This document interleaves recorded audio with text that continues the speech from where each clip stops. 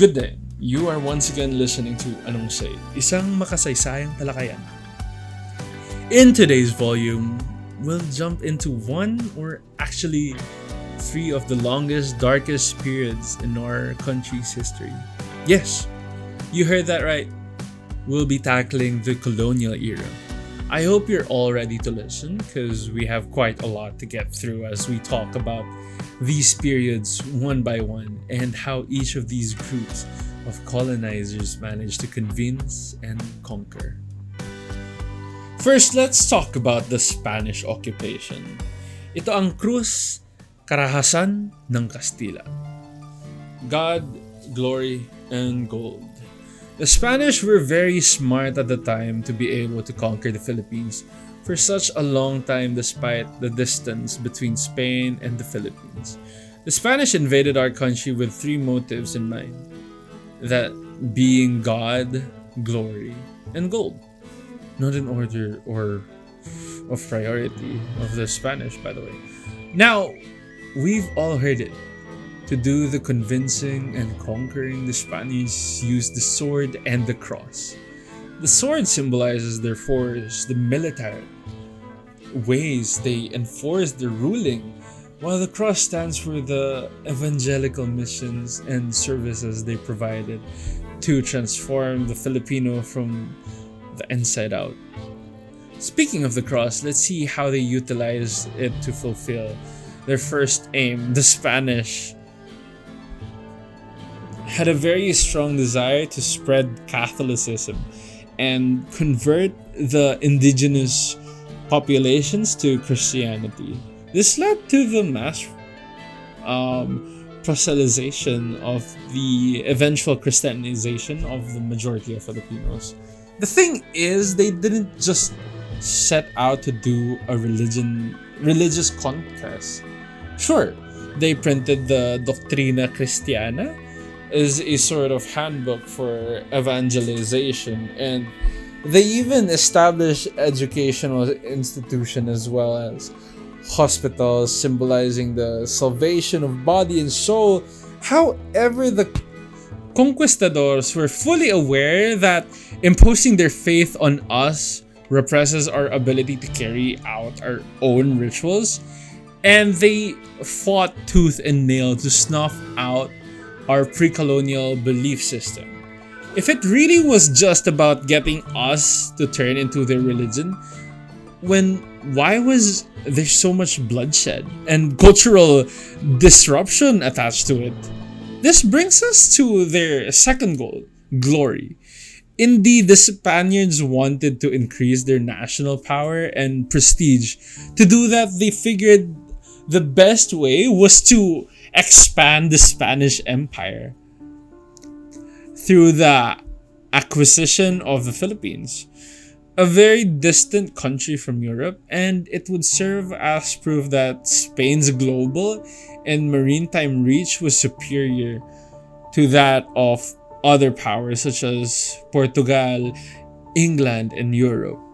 This explains their brutish ways towards those who tried to challenge their rule, both locals and foreigners alike. They waged wars not only against Filipinos but also the Chinese, whom they were threatened by, and eventually the British and the American, but I'm getting ahead of myself. And finally, their last goal, gold. Well, the Philippines was abundant in many valuable resources. Gold will always remain in the most valuable currency, and anything could be bought with gold now. With Spain taking over the Philippines, they could use our country as a trading hub and allowed them to connect us with Mexico, to which Mexico was connected to Spain. And with this trading hub, they were able to use Philippines to trade for many Asian goods that weren't so common in their country, such as silk, porcelain, and spices.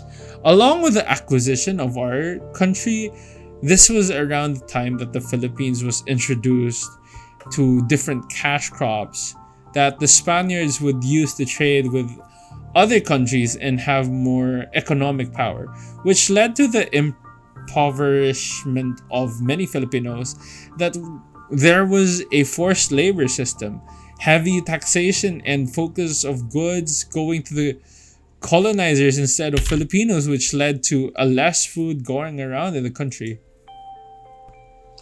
On to our next portion, we'll be getting into the American colonial period and their strategies to keep us wrapped around their fingers. One of the so-called rhetorics that the Americans utilized to manipulate the Filipinos was the white man's burden, o kung ating tatawagin, pasanin ng puti.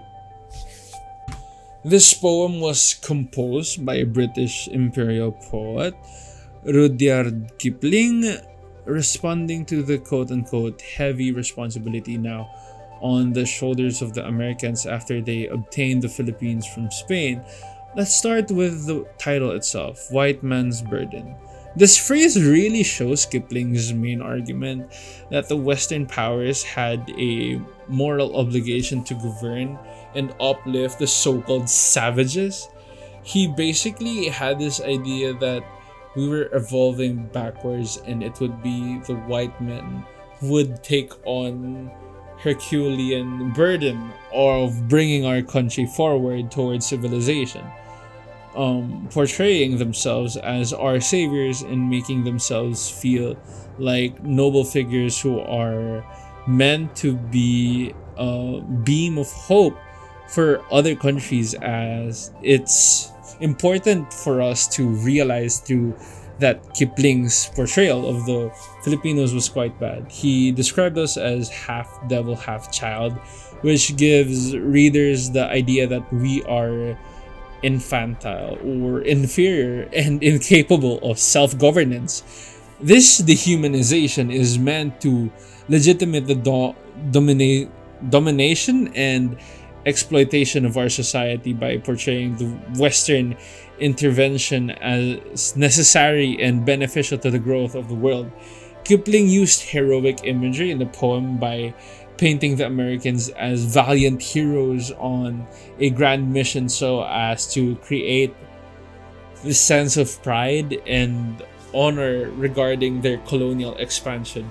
While the actions of Americans were quite terrible at the time, was met with resistance by many Filipinos and a lack of gratitude, as we should have. They are trying to invade our country. The poem instead comes to the defense the action, arguing that it was a necessary and dutiful endeavor and preemptively countering any negative perceptions of the colonial rule. Now, what can we take away from the white man's burden is that the poem provides a clear image of the ideological and moral justifications colonies used to justify and support imperialism, and it's actually a powerful example of how rhetorics can shape and reinforce ideologies. Our final period is the most brief yet arguably the most atrocious of them all, the Japanese occupation. Let's get right into it. Huli kahapon. The Japanese colonization might have been the worst one yet, and they brought us little to no benefit, and the impact of the atrocities they have committed to us and our country still make themselves felt to this day. To start, the Japanese chose to invade our country for empire superiority in Asia. This was known as Pan-Asianism, and the Japanese saw themselves as the great gods who would put this in place. At the time, Japan's policies aimed to create a dominant regional empire, and the acquisition of the Philippines would allow them to have more broad strategy in expanding their empire throughout Asia. On top of empire superiority was resource acquisition. Japan is pretty small compared to other Asian countries such as China, so their natural resources was definitely insufficient for their plans of domination and industrialization. Although the Philippines is smaller than Japan, any extra natural resources that the Japanese could funnel through or from other countries into theirs was going to be beneficial. Anything that could make cash, which would increase their spending power with other countries, of course, like the US. They tried to promulgate this idea, and they were our pals. The America was actually our common enemy, and they could restore our emancipation and were our pals. Surprise, surprise! They failed miserably. What would you expect? Only having such a short time to try capture a country and so little resources or arguably talent to do it. Now, in my opinion, they had the right idea when it came to their propaganda, because personally speaking, if they did not bomb our homelands and assault and torture our people at the same time, I can see myself, the fellow Filipinos, falling for their advocacy. So you can visualize this. We have here one of the posters that were circulated by the Japanese to push this Pan-Asian agenda. What message does this convey, you ask? None other than Asia for the Asians, particularly the Philippines for the Filipinos. Their portrayed aspiration for the Filipinos was to drive out the American colonies and let Filipinos live, grow, and individualize on their own, and that the Japanese people would be the saviors of the Asian countries from the big bad imperialism. Another poster they put out is of a Japanese soldier lighting a cigarette for a Filipino. Now, this image conveys that the Filipinos would be able to rely on the Japanese for something as simple as lending a lighter for a cigarette, which to me is one of the little things that could actually show compassion for one another.